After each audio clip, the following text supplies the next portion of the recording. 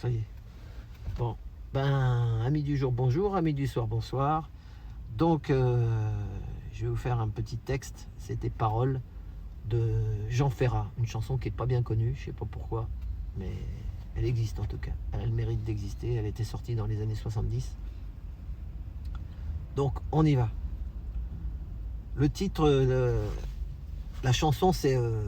cette chanson, si vous voulez la voir, parce que ça sera beaucoup mieux si vous allez la voir sur YouYou, c'est le bruit des bottes. Donc, c'est partout le bruit des bottes, c'est partout l'ordre en kaki. En Espagne, on vous garotte, on vous étripe au Chili. On a beau me dire qu'en France, on peut dormir à l'abri. Des Pinochets en puissance travaillent aussi du képi. Des Pinochets en puissance travaillent aussi du képi ? Quand un Pinochet rapplique, c'est toujours en général.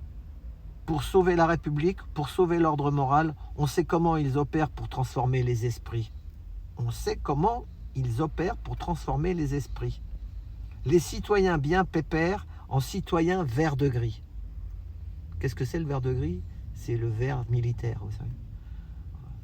Donc, à coup d'interrogatoire, de carottes et de bâtons, de plongeons dans la baignoire, de gégène et de tison, il se peut qu'on vous disloque et qu'on vous passe à tabac, qu'on vous suicide en loose-doc au fond d'un commissariat.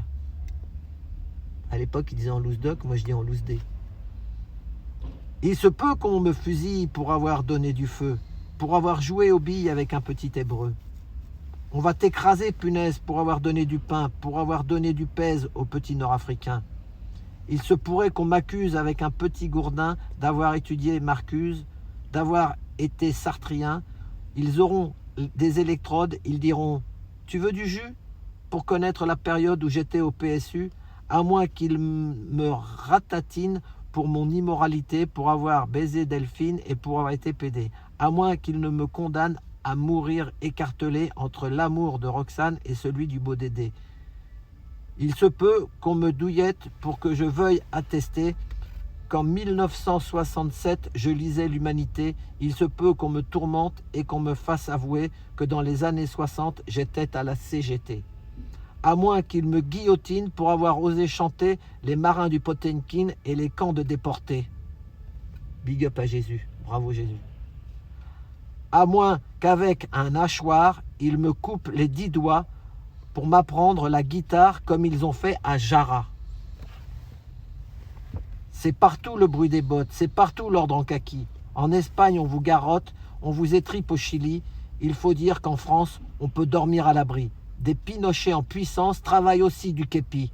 Travaillent aussi du képi. Voilà, c'est pas fini Rémi. Donc, on continue, il y a encore un autre petit texte d'un Français aussi qu'il a écrit. C'est là, vous avez vu, quand j'ai dit Jara. Jara, c'était un Chilien. Mais allez écouter ses chansons, ça me fait pleurer quand je l'entends. Il défendait le peuple. Mais en 73, Pinochet, ils avaient chopé des contestataires. Et comme lui, il était un peu plus connu que les autres puisqu'il faisait de la musique, ce Jara-là, Victor Jara, eh ben, ils lui ont coupé les doigts, les 10 doigts alors qu'il faisait de la guitare. Et après, ils l'ont tué avec 44 balles. Donc, et c'était dans les années 70. Hein, c'était jusqu'en 90, ça a duré ce bordel. Voilà. Donc, chanson pour Victor Jara. On a trouvé Victor sur le bord du chemin. Plus de vie dans le corps et massacré les mains. Veilleur, passeur d'espoir, l'écrivait des chansons. Touché à la guitare, Jara était son nom. C'était le 11e jour d'un septembre au Chili, blindés passants qui courent dans la ville ébahie. Les brutes militaires des casernes jaillies, les avions, la poussière et les bombes et les cris. Le peuple uni jamais ne sera vaincu. Non, le peuple uni jamais n'inclinera le front.